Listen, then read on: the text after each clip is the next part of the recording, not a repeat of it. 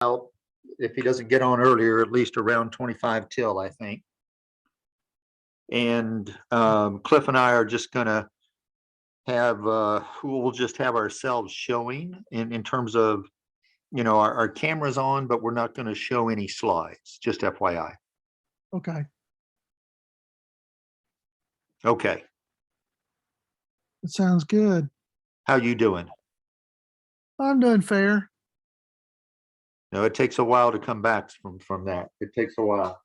Yeah, it does.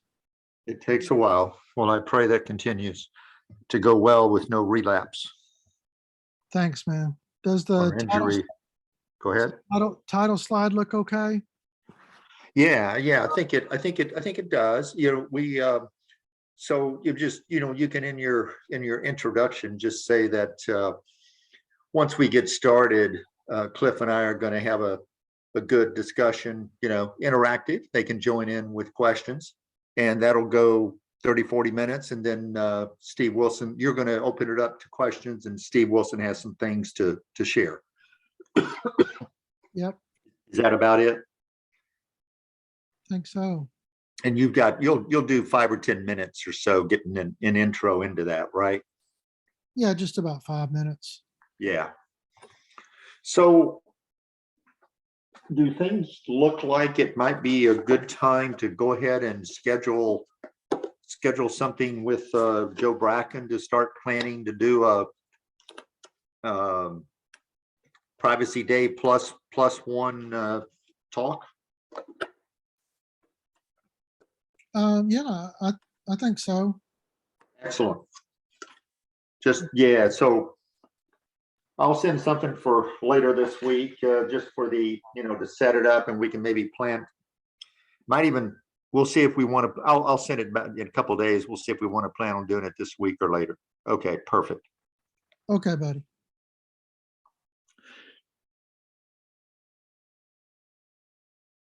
How can I best get a copy of our infrastructure, our cybersecurity insurance policy? For CGY? Oh, no. Just for, as a board member, as a past president of our chapter, we had talked about, we were going to look at that and maybe have some talks on that later. It's out on Slack. I'll have You to told look. me that. You told me that. All right. I have to look up the Slack channel, but yeah, it's out on Slack. You can access it. Got it. And we have a board meeting this month, this week, right? Correct. Okay. Yeah, Thursday night. Okay.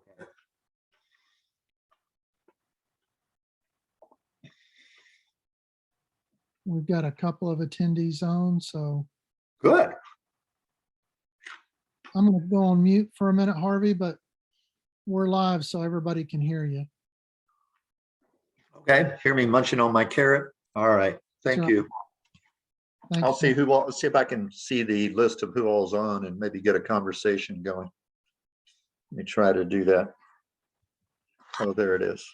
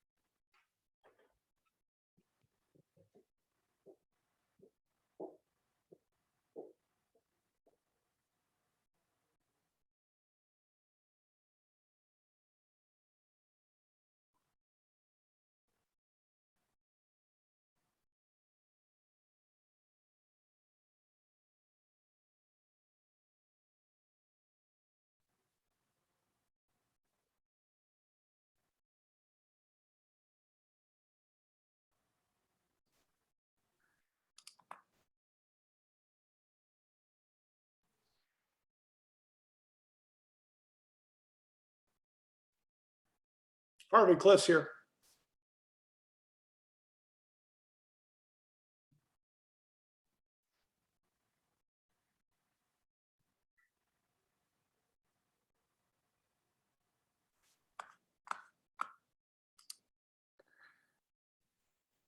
Hey, Cliff, this is Ted Sherrill. I can hear you. Hi, Ted. Just making sure. Yeah. Thanks for joining. Harvey's on too, and we'll get started right at the top of the hour. Sounds good.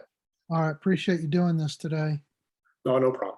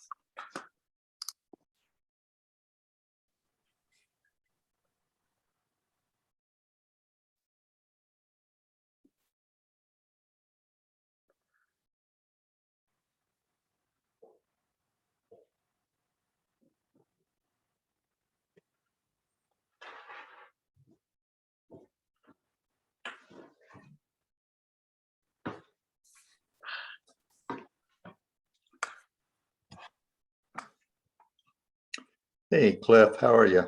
Very good, Harvey. Excellent. I was just looking over everything, and I think that's going to be a very good good discussion today. Thank you. Oh, you're welcome. Look forward to it. And it's I was thinking it's been a couple of years since no, a couple of months, several months since we put it together. So I imagine, some other things have happening. You're always talking about this as well, working in this space.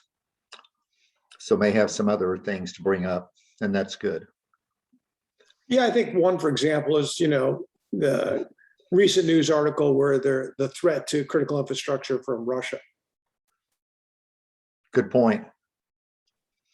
Excellent point. And we'll probably be going, I would guess, we're going to get started 5 or 10 after, and we'll go 30 minutes or so, and we'll Perfect. have some interactive discussion. I'm sure you're okay with that as well. Absolutely. Perfect. Okay. And Gene Swan, hello to you. And you're on mute if you're talking. And I was just thinking this is reminiscent of us doing something for SIM, but not for a while now, and that's okay. What have you seen that's happened since the presidential declaration on cybersecurity a while back? Has there been much action with that?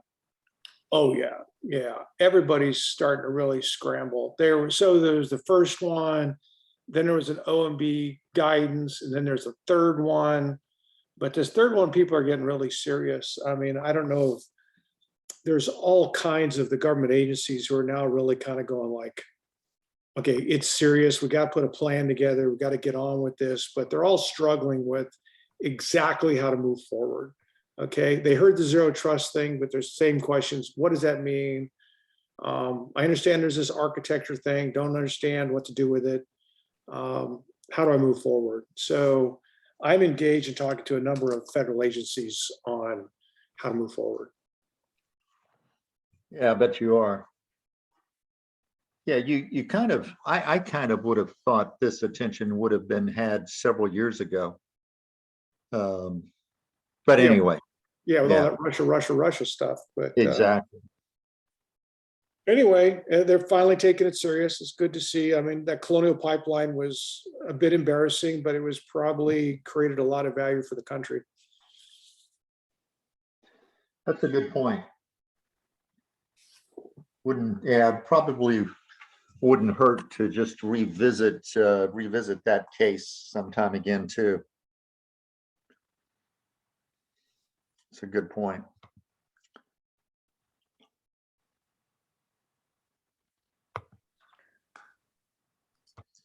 And I'm trying to think, NIST has something out on Zero Trust, and you may or may not bring that up, right? No, I will. That's the architecture thing. They've come up with architecture Ah, and principles, but they did not come up with the capability model. And that's where, everyone is struggling as a result of that. And that's why I've been involved more with the government, is because I've actually come up with a capability model that everyone can rally around, which is vendor agnostic. excellent. Yeah, that's the important part, being agnostic. Because like you had said before, every vendor has some take on it. Do you think you might get involved with NIST on that, or likely not at this point? Oh, no, I would think so. NIST, DHS, working with Army Cyber. I'll probably work with Cyber Command, I suspect. Excellent. And I would imagine there might be a few other countries wanting your expertise on this as well. Oh yeah, I'm talking to Saudi Arabia, and I'm talking to Australia. Makes total sense.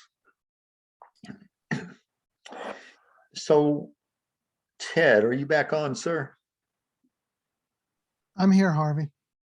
Hey, once we get started, if you would watch for participants' questions, I'm not going to be able to observe that, and just interject or something when that happens. Is that okay? Yeah, I'll be happy to. Perfect. Thank you. I see George had a comment, trying to see what that is. Hey, George.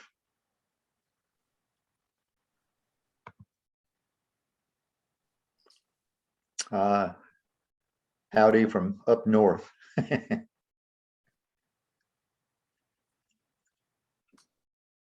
What do you He mean? said something about need to agree on clearance issues before zero trust issues. Yeah, what is that? George, can you get on and defend yourself? I'll probably have to unmute him. Let me see if I can Okay. mute him real quick. Yeah, he needs to be muted most of the time. Just kidding, George.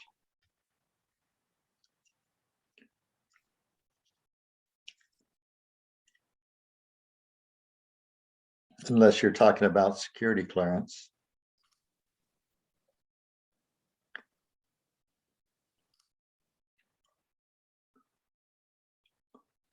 Hello, Rosendo. Might have to have an NDA. Maybe he's talking that. Could be. Thanks, Steve. Thanks for joining us, man. Well, I don't know if I have that much to add, but I will try. Yeah, that'll be in a separate session that Ted will talk about after this. Absolutely. But I know you do.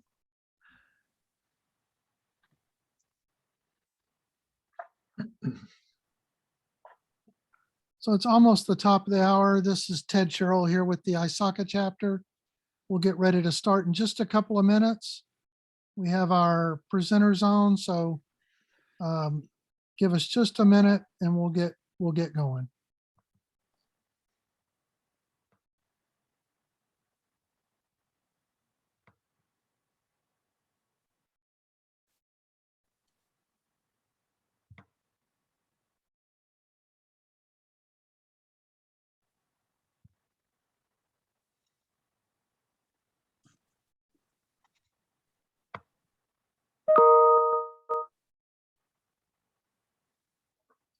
Okay, so welcome everyone to today's session. This is our first webinar for 2022, so we appreciate y'all joining.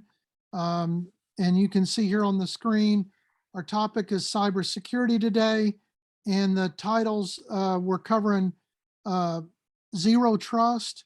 We're also going to have a discussion on Log4j and kind of the impact that that's had. So again, this is a webinar, so your lines are muted by default. If you would like to talk or have your line unmuted, you can raise your hand. via Zoom, and I'll work to unmute your line. To submit questions, you can submit them in the Q&A. And if you're having some technical issues or something, please submit it in the chat. So again, we appreciate y'all joining with us. Hopefully you got the calendar invites for the year. I want to say a thank you to Gene Swan and Joyce Irvin for helping set all that up. So we've already created really the calendar invites that went out in last month's email from ISACA, that on the second and fourth Tuesday of every month, we have a ISACA webinar from 12 to 1 p.m. And then for our chapter members on the third Thursdays of the month from 12 to 1, we have a members meeting. And then of course, on the fourth Saturday of each month, we have our Privacy Saturday sessions that Harvey leads and coordinates. And those go from 9 to noon and have been extremely popular as well. If for some reason you cannot make one of the events, we do record them. We don't post the monthly members meetings, but the webinars and the Privacy Saturday sessions, we do post out to our YouTube channel.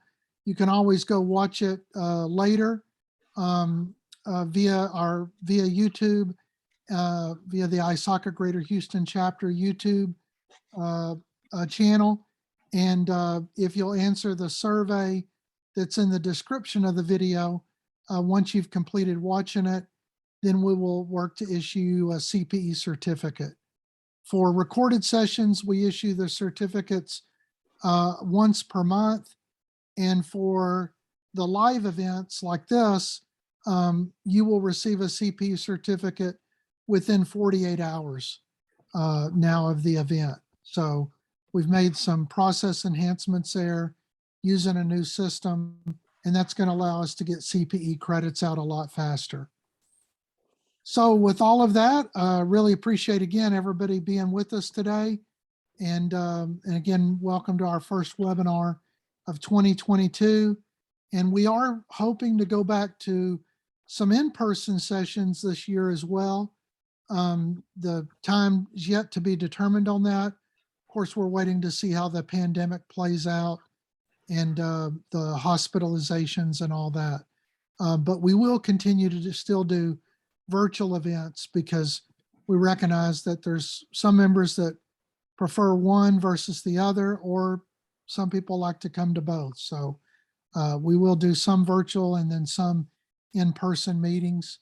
And also our annual general meeting is scheduled in September, and you should have gotten a save the date, sorry, a save the date calendar invite for that one as well. So we look forward to our annual meeting in September. So with all of that, Harvey, I really appreciate you and Clif and Steve being on today. And Harvey, I'm going to turn it over to you so you and Clif can talk a little bit about Xero Trust. And today's session is being recorded, just FYI. I think most of y'all know that by now. Obviously, if we put it on YouTube, we have to record it, but just a reminder. Thanks, everyone. And I'll turn it over to you, Harvey. Thanks, Ted. Appreciate it. So yeah, basically, Clif, I'll introduce him in just a moment, is going to, we're going to have just a discussion on Xero Trust. And then after that's completed, then Ted's going to open it up to questions after Steve Wilson is going to share with us some things that he's hearing regarding Log4j, which Ted talked about. So just very happy to have Clif on again now. We prepared this a couple of months ago, so he's got some new things to talk about and add, but basically he's going to go over what's the premise of Xero Trust, why is it appropriate now? Is it a set of capabilities or an architecture? Because I'm sure you've noticed that NIST calls it an architecture. Then what value does it offer? What's required for it to be effective? And is visibility and control of the network essential?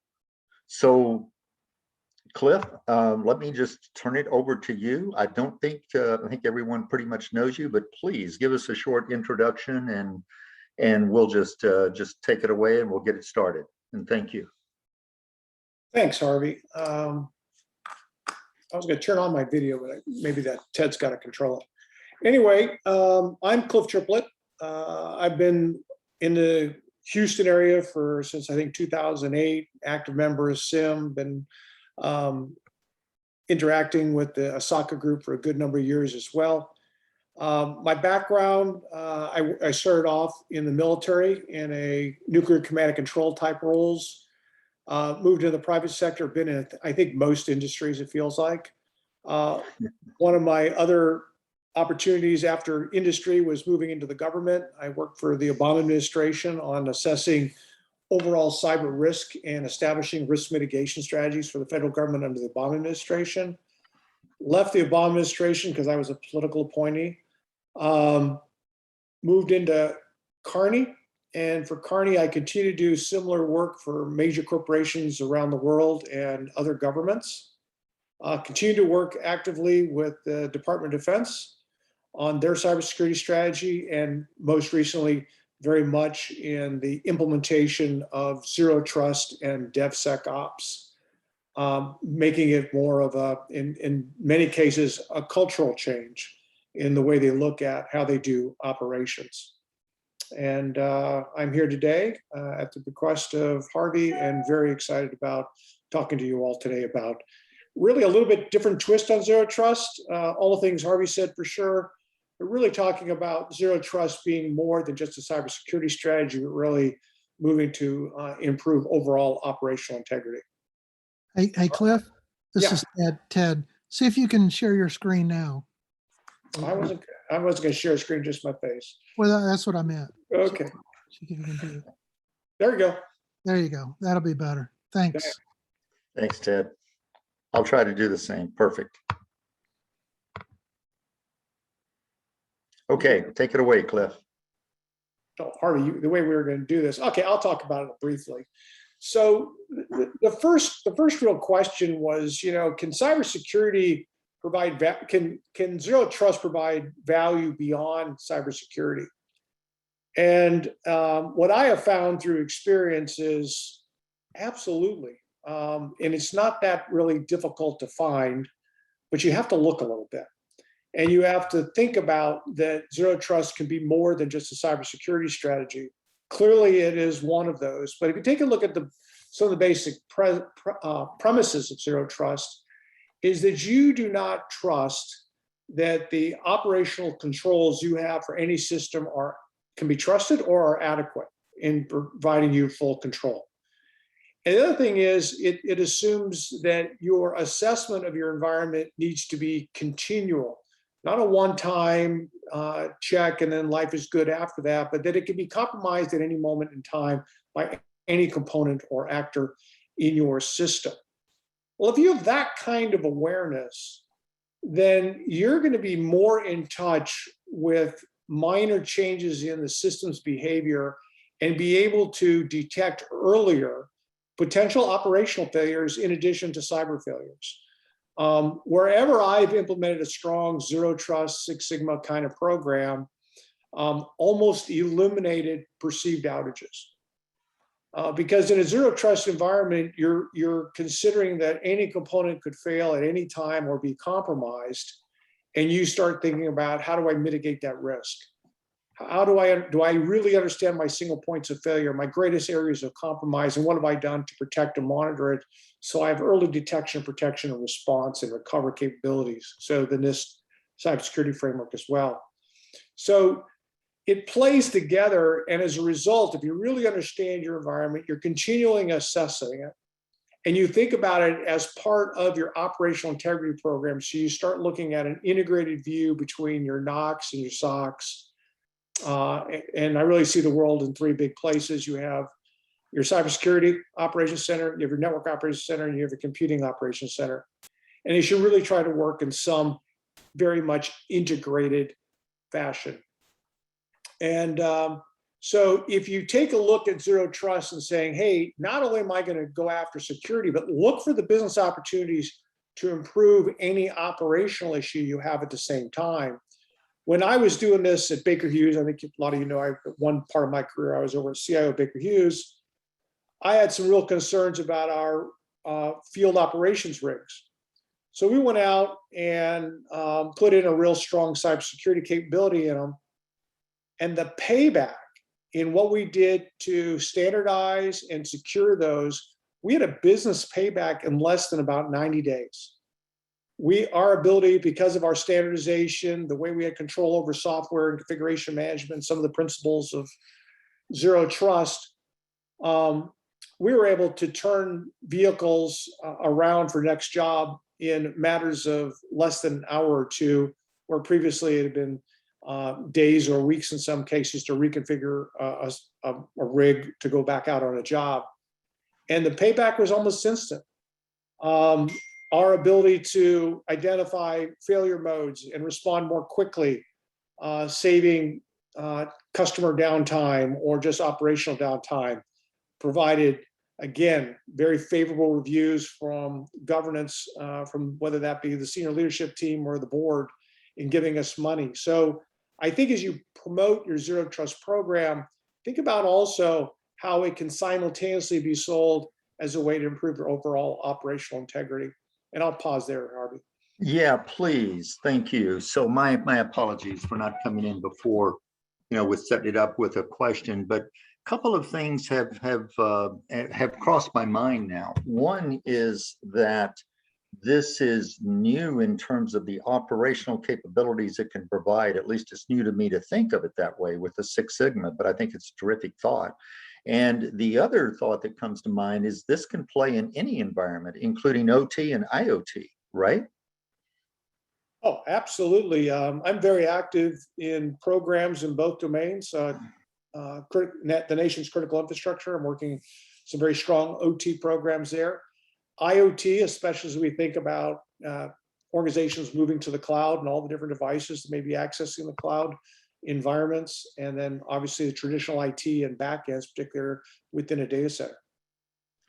And one thing that comes to mind is the risk that is in medical communities where they have a lot of IoT-based medical devices, that can mean life and death. So I would imagine putting in something like this would really not only help the operational efficiencies and the uptime, if you would, and finding problems, but also preventing breaches, which we just find is hard to do. Yeah, and you said something just a few seconds ago about Zero Trust capabilities, and I think that's really an important concept that seems to be grabbing people's attention that I've been working on, is the capability model. As you said, NIST has come out with a couple documents around architecture. And the problem organizations were having with architecture is kind of hard to just sell architecture. I think a lot of senior management teams and boards are kind of getting tired of just continuing to shovel out money for architecture. Just because, hey, I need these, I need that. They're really starting to ask the question as to why. What capability or risk are you directly addressing? And when I was working with the US military, this was one of the challenges they had. They were getting the guidance from NIST and they're getting guidance from OMB. Hey, go do Zero Trust. But it's about, having an architecture, and you have an architecture for a home, but the home doesn't have a purpose. That doesn't make sense. Okay. What I need to know is the capability of maybe a bathroom or a kitchen or a bedroom, utility closet, whatever it is. Once I understand what the purpose is, then I can apply the architecture to instantiate the capability. And this is where the government was struggling, and most of my clients have been struggling, is trying to understand, what are the capabilities I'm trying to deliver, and which capabilities do I need, and to what degree do I need these capabilities? Because then I can start talking about the business impact, the existence or absence of that capability might have. Now, how I go about executing it, okay, there are many, many vendors out there who offer capabilities consistent with architecture. who can support you in delivering these higher level zero trust capabilities, such as how am I going to achieve authentication? How am I going to manage authorization? How am I going to obfuscate what's going on within my organization? How am I going to do independent verification and validation? Lots of technologies out there, but what you need is to establish what capabilities am I trying to deliver in support of what missions and what risk tolerance. And if you understand that, now you can go to the board and ask for money, explain your case, perhaps using the FAIR model, and you can go to the market and pick the right set of solutions to help you best implement that capability. And that's what a lot of people are looking for. They're looking for a vendor agnostic framework upon which to assess against their risk in terms of delivering enhanced risk mitigation. I like what a lot of things you said there, talking about a framework for one thing, but also going back to the capabilities, providing value. So what you're really saying, it sounds like we're going back to the basics of identify the particular need and the requirements, and then to find the solutions that will offer value from the capabilities of zero trust. Does that make sense? Absolutely.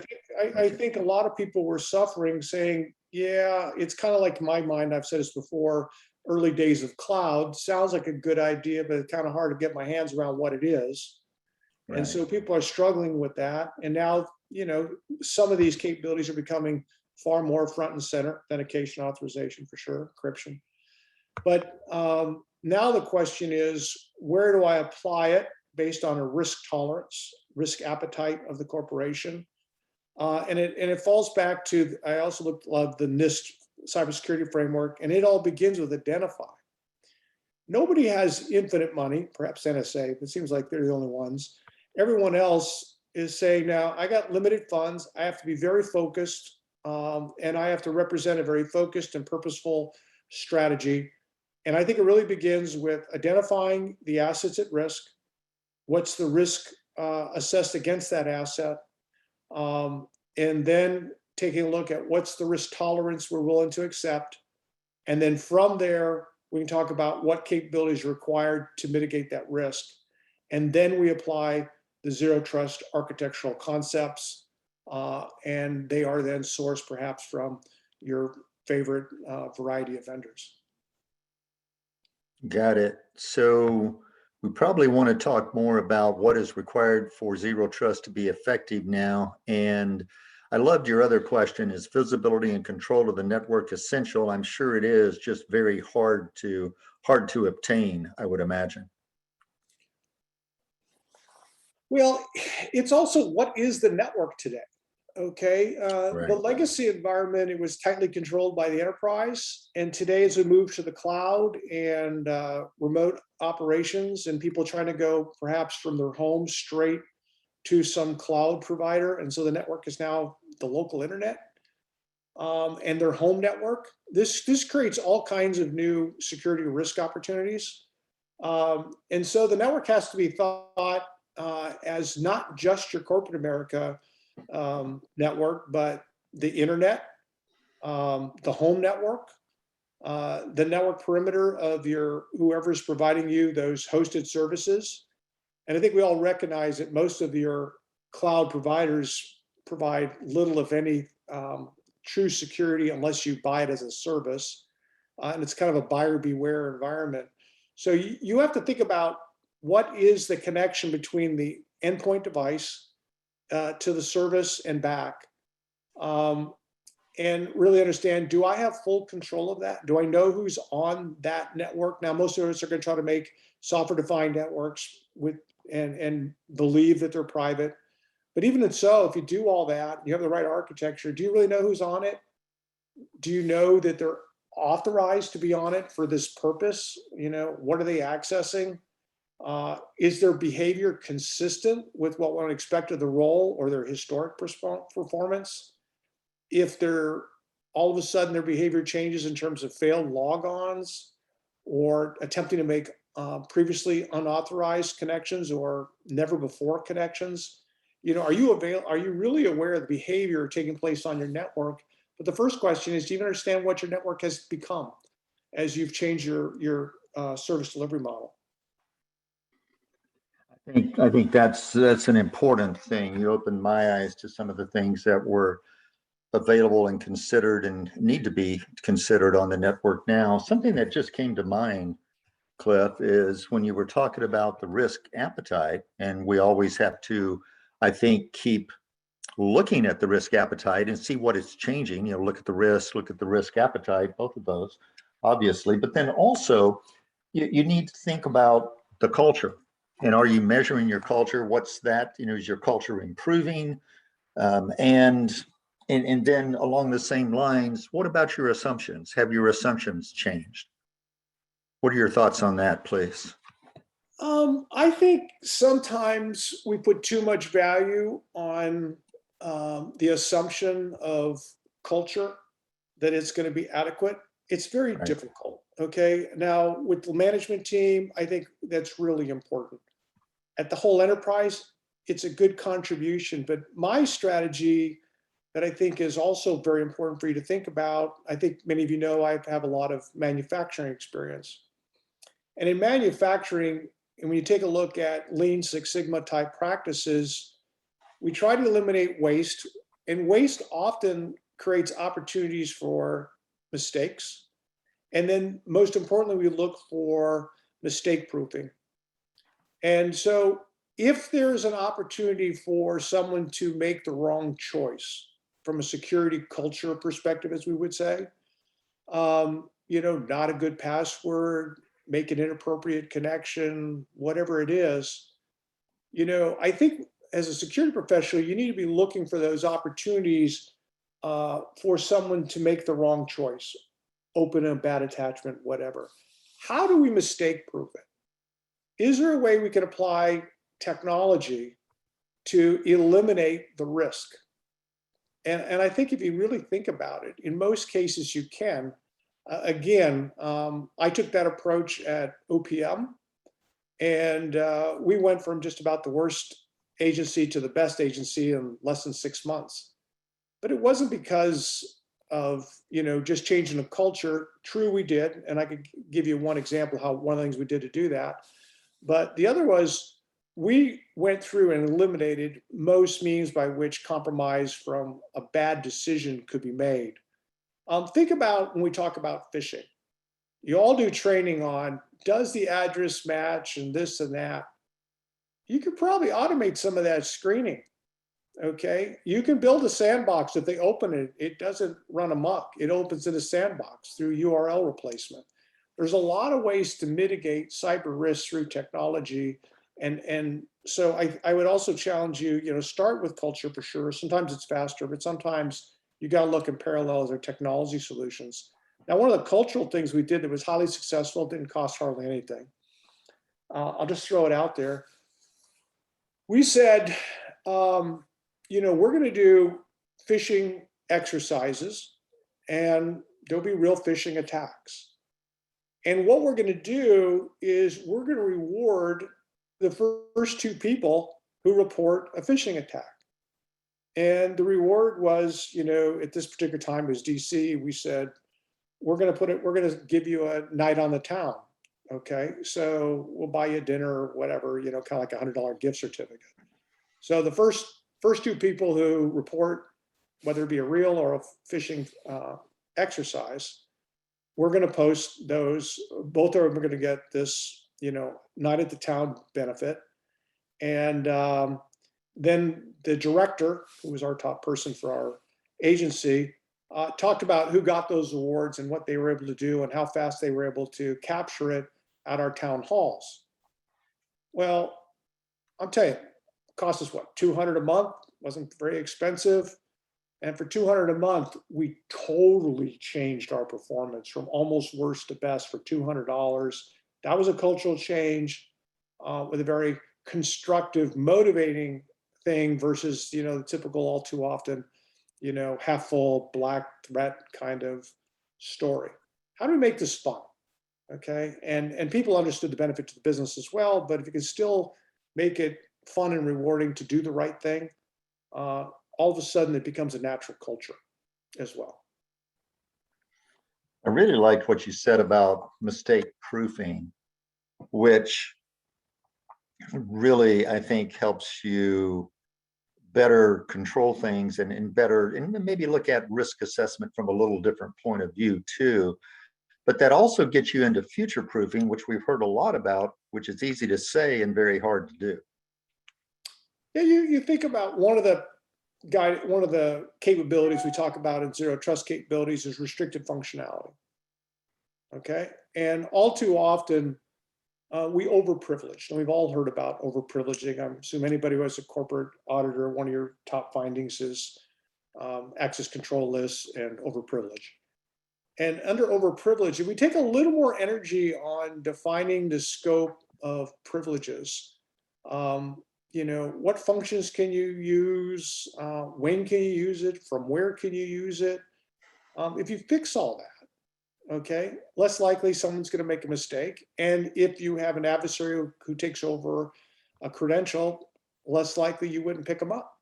More likely you'd pick them up because of a behavioral change. And so I think the other big capability coming out of Zero Trust and this next generation of technologies is understanding behavioral behaviors, behavioral management, your systems, transactions, human interactions, everything.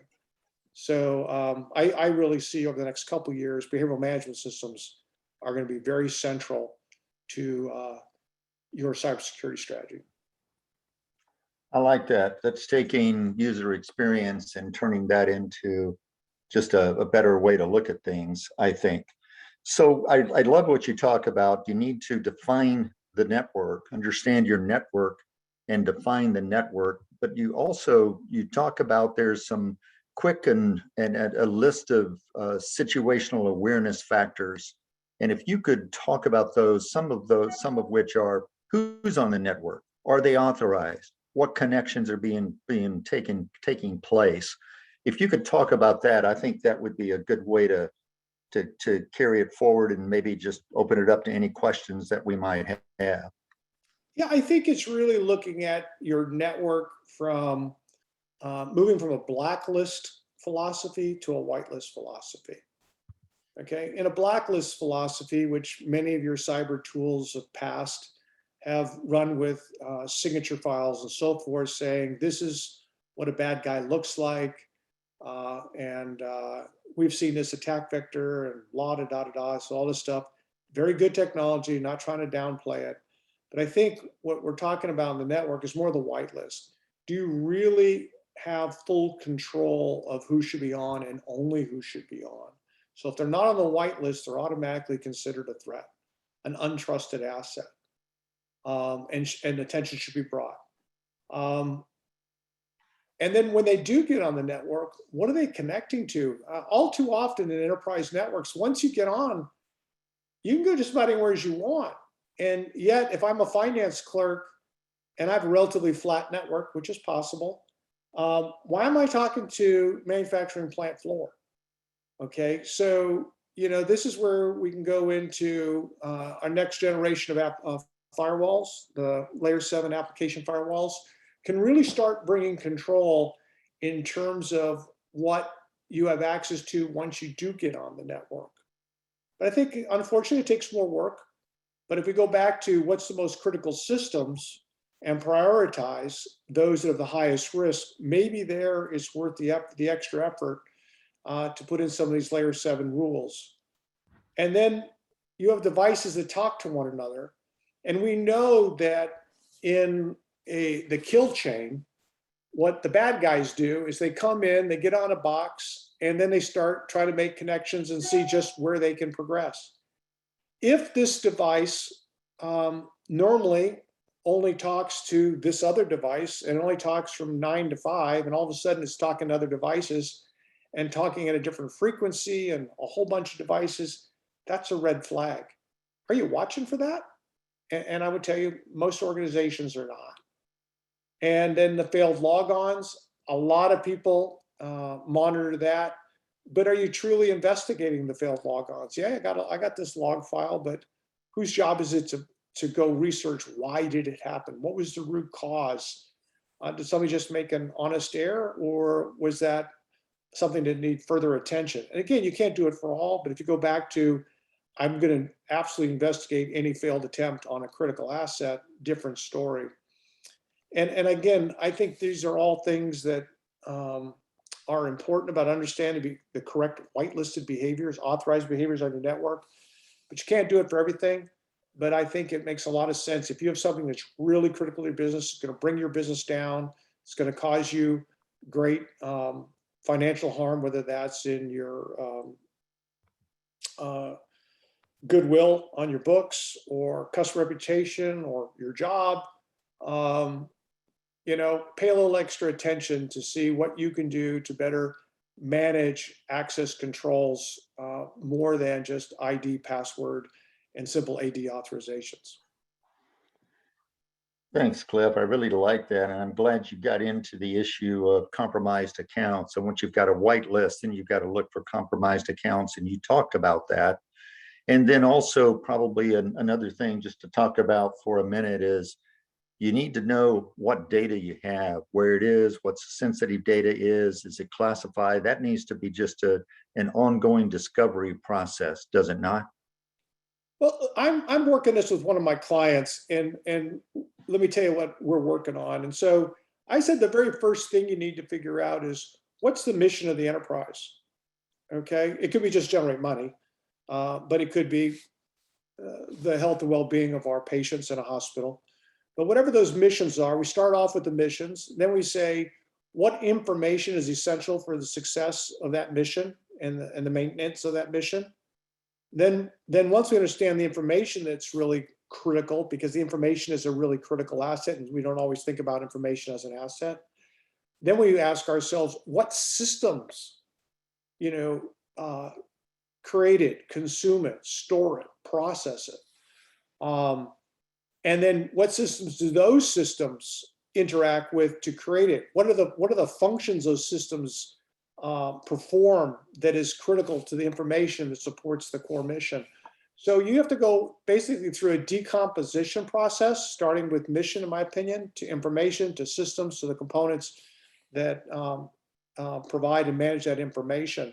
And with that, now you have a true understanding of what might need to be protected. You got to look for all your single points of failure, single points of compromise that could impact the mission.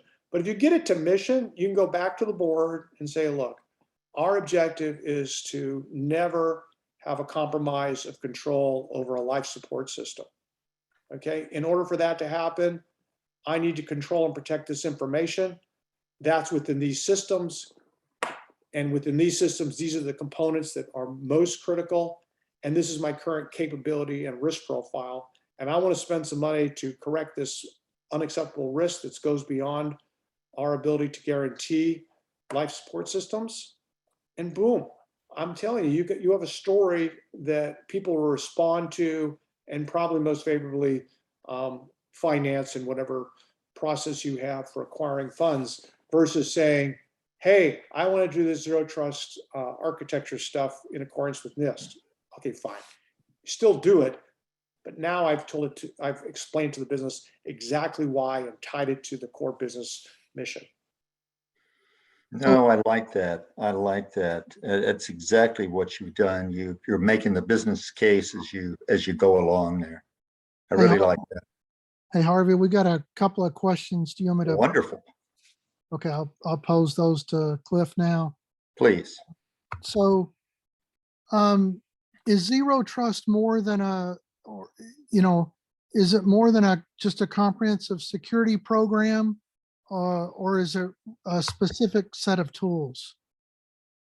Now, I would say first it's a philosophy, okay, that the world is compromised, and unless I take the correct actions, I'm going to be exposed. I need to validate and verify my environment. That comes into a series of capabilities to do such, and then it comes into what technology, products, and architecture enable those capabilities. Okay, good. How do you view the zero trust? How does it impact audits? Audit pretty much probably is going to love it. I suspect audit's going to figure out how to add this to the game. Because audit is usually about risk management, right? And zero trust is a risk management approach. We've got a lot of the risk management approaches, but I think the one that's really capturing interest because of the impact on operations such as Colonial Pipeline and others is this zero trust approach. And so I think audit's going to start asking questions about, not every capability to start with, but they've already started. What are you doing on authentication? What are you doing on authorization?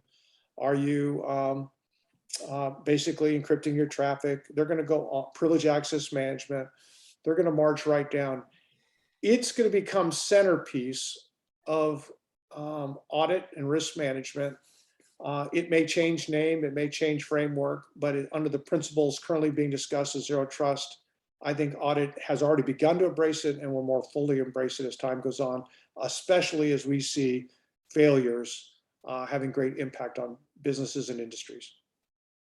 Okay, excellent. Are there differences between an architecture and a framework, or are they the same?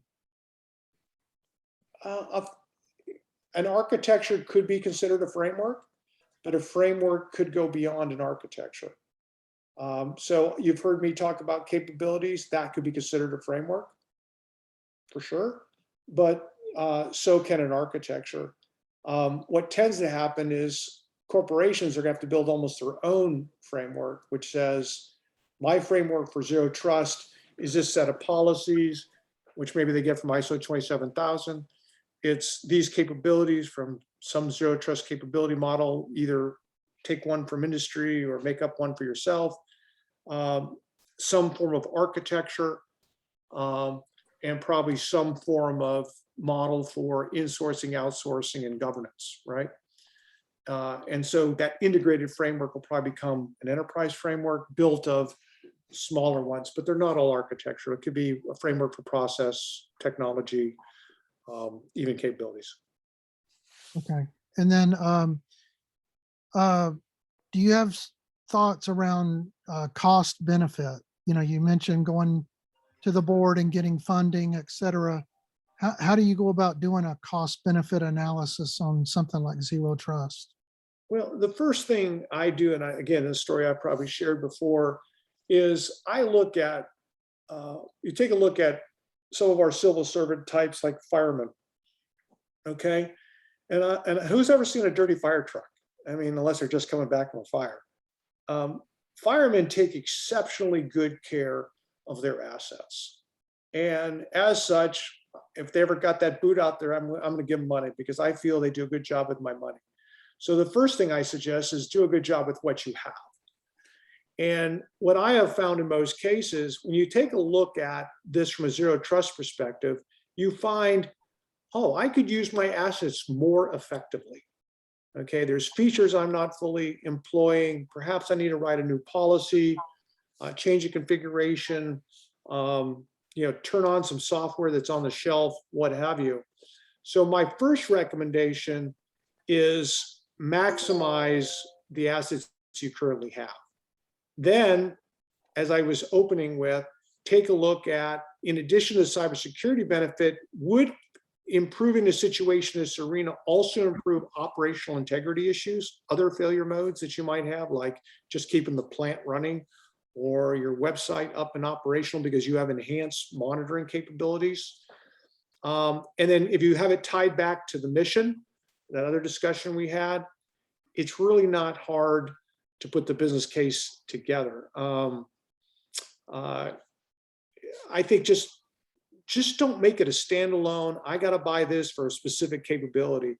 Tying it back to the mission and proving you have already executed the assets they gave you well, you're going to have success. If you have not proven to execute the assets they've already given you well, you have too much shelfware, you're not using the features, you're buying redundant components, you're not getting the money.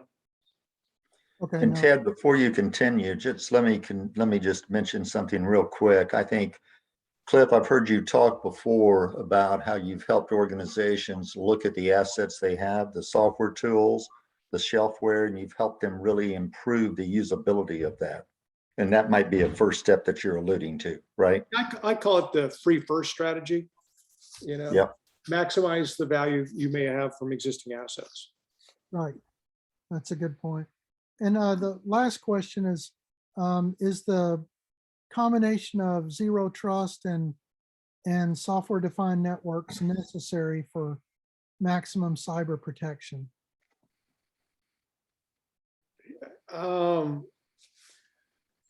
The zero trust, I feel yes. Okay. The software defined network to me is a component of it. It provides one of the principles of zero trust is isolation of capabilities. And so software defined networks is a means by which to do isolation, but you don't always have to have software defined networks. If I'm running a manufacturing, I could do physical isolation. So I think I would call software defined networks is a probable for many corporations. And it's the level of granularity in which you execute that software defined network, but it's not mandatory. It's a tool in your toolbox on your journey towards zero trust. Okay. And one more just popped up, and then I know we got to transition to Steve, but how do we introduce zero trust into the IT risk assessment? I think if you just talk about it more from the capability standpoint, and I'm telling you, you don't have to be a cyber guy to think about, does it make sense we figure out who's connecting, that they are who they are? Does it make sense that we restrict their access to only the information they need when they need it? And if you walk through the basic capabilities with your management team, I don't think you're going to get an argument, but I think the first thing you have to do is turn it back into English and get away from the gobbledygook of technology, but back to business capabilities that make sense to address specific risks they would understand, like compromised credential or just an inappropriate behavior, someone trying to commit fraud or money laundering or whatever. Your company is going to have issues perhaps with safety. And how do you control safety? Well, by ensuring these following things.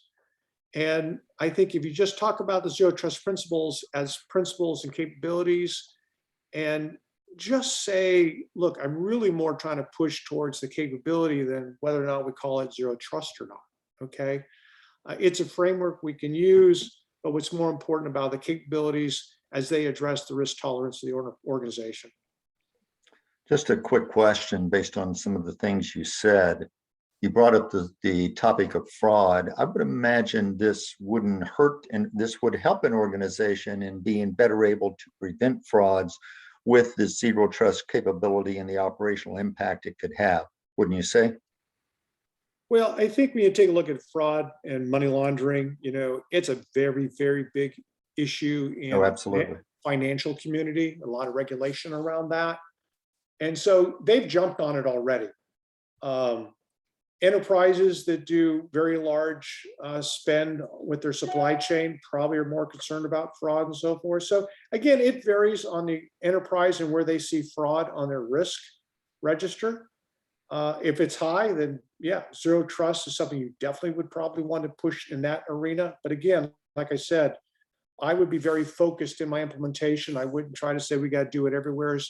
It's about protecting which elements of mission and those assets most critical to deliver that mission. Absolutely. Thank you very much, Clif. We always appreciate you and look forward to having you again. So thank you. And Ted, let me turn it over to you to get the next part started. Thanks again, Clif. Thank you. Thanks, Harvey. So I believe we have Steve Wilson on, correct? Steve, are you here? Yes, I'm here. All right, great. So I need to, give me 1 second so your name shows up correct. So next we're going to talk about kind of a big deal here lately, which is the Log4j issue. And I know you have some insight and observations into that, Steve, that you're going to discuss. And I'll make it to where if you want to share your screen or your video, you can do that, Steve. So I've given you the power to do that. And so, yeah, if you could maybe share with us a little bit about Log4j and your thoughts on that. Like I said, it's a extremely hot topic right now that people are working to deal with. Well, I really haven't addressed it from the technical side. I think we've done quite a bit in that area. What I've been a little bit more concerned about, and is what I mentioned in the last privacy session, was the fact that the FTC has come out and basically said that they're going to be very strict and they're going to come after people. And I don't know if everybody had seen these articles. I don't know if this is displaying or not right at the moment, but Yeah, can you see that? We can see it, Steve. Okay. And so basically the Federal Trade Commission, especially right down in here, said that they intend to use its full legal authority to pursue companies that fail to take reasonable steps to protect consumer data from exposure as a result of the Log4j or similar known vulnerabilities in the future. And so at that meeting, I was basically asking people if they were preparing for that. Had they seen anything come in? I'm curious as to how the FTC is going to put it together as to who was reasonable and who wasn't. And so I guess my first question to the audience is just to find out if anybody has started to prepare for this. Yeah, if you've Can't see got anything. yeah, if you've got thoughts, you can put them out in chat, but or you can raise your hand and I can unmute your line. Now I can tell you what we did at Westlake. We kind of put a briefing paper together because we don't know what form this is going to look like. Back when we had the situation where the SEC sent out their notice on the oh God, I can't even think of what it was now. But anyway, they basically just asked some basic questions of when we patched it, what version we were running of it, and those type of things. And then I think the next side of it would be, all right, what steps did you actually take? And then what's your conclusion? Did it have any impact on the organization? And, but we haven't seen anything. And then recently, this last week, we got a questionnaire from our external auditors. And after talking to them, they were saying, well, we're figuring that the SEC is going to come around and start asking questions, just like they did with the, and now I can't think of the, what was the one? Oh, Lord. It's sad, can't remember. Colonial Pipeline. Well, no, we had the Microsoft email one, and then the one before Right. that Got it. was the, come on, guys, somebody help me out here. I can't think of the name of it for some. Solar Winds. Solar Winds. Gosh, how can I forget? And we had to respond to questions dealing with that in kind of that same framework. Now, I don't think we'll be worrying as much about versioning. It's going to be knowing that it occurred, being able to make sure that nothing comes in from the internet or through your traffic to prevent anything coming in that sees that kind of thing, and then working with all your vendors to patch it. And how detailed they might get on this next round. And then I'm thinking maybe the FTC would use the SEC information to do these nice little fines. I don't know. So I'm kind of trying to see what people are doing and how they're addressing it. And I don't know if there's any questions in the chat here. Yeah, one question is around patching. What do you use in order to patch it? Well, our vulnerability management software can actually go out and detect this. That they've added that in as one of the tests. Of course, we're monitoring external sources of information on folks that are coming out with their patches. We're keeping a tracking spreadsheet of that information so that we can ensure that we've covered everybody as best we can. Of course, that's still ongoing, and any patch has to be tested and taken a look at before we can apply it anyway. So just trying to see what other people are doing at this point and how they're preparing for whatever type of questions are coming in. I was supposed to meet with our external auditors about an hour before this, but that meeting had to be moved to tomorrow. So I can't tell you what their direction would be. I mean, I've seen some preliminary questions they want to ask, but I'm sure they'll dive a little bit deeper. I'm curious if other people on the call, if they have heard from their public accounting firms, or if they're starting to take interest in the FTC and SEC notices. If we could learn that in chat, that might be helpful as well. And this was supposedly for the 2021 review, that they wanted to make sure that their work papers represented the same thing we were going to tell the SEC or FTC or whoever it's going to be. So I thought that was kind of interesting.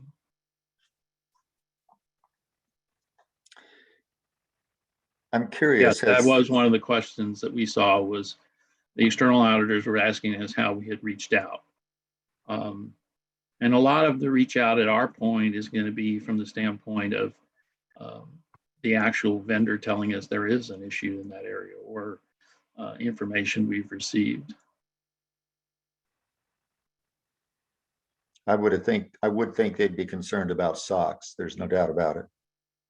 Oh, that is the last question. Did it have any impact on your financial controls? Which at this point, we don't think we did. We haven't been impacted by it financially in any case.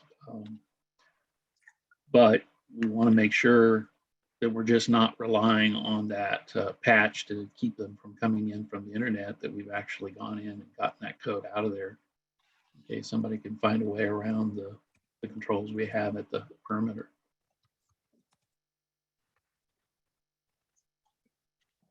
And that's pretty much all I had, guys. Just be interested if anybody wants to reach out and talk about it separately on how they are addressing it.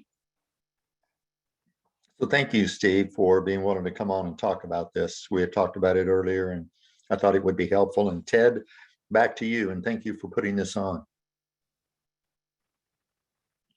Yeah, absolutely. So again, appreciate everybody being on. This was, again, our first webinar of the year. Hopefully you've added the calendar links. Like I said, we have a new process for CPEs. So you should get your certificate within 48 hours.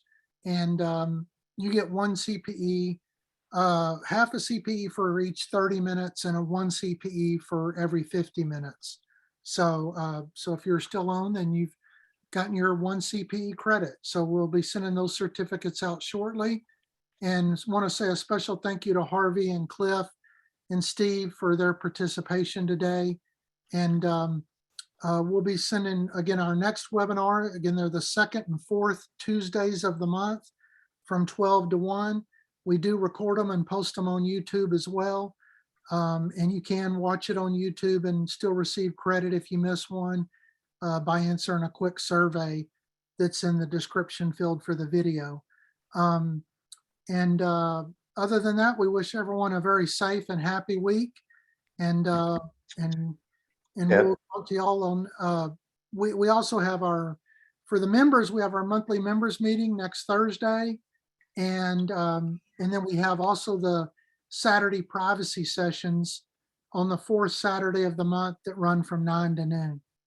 Ted, Yeah. can I thank you for plugging that. And thank you also for getting somebody who's going to be involved in the 10 to 11 slot. Ted and I have been trying to reach out and find people who might want to bring their privacy problems so that we kind of discuss them in a meaningful way and help them look at it. And somebody is going to be bringing one on assessment, how to do an assessment, and even looking at a framework I had not heard of from the Netherlands called NOREA, N-O-R-E-A. So just wanted to mention that, Ted. Thank you for getting that, and they can join us on the 26th and learn more about that. Excellent. Well, thank you, everybody. This concludes today's session. And again, thank you again to Steve and Clif and Harvey, and we appreciate it. We'll talk to y'all very soon. Thank you.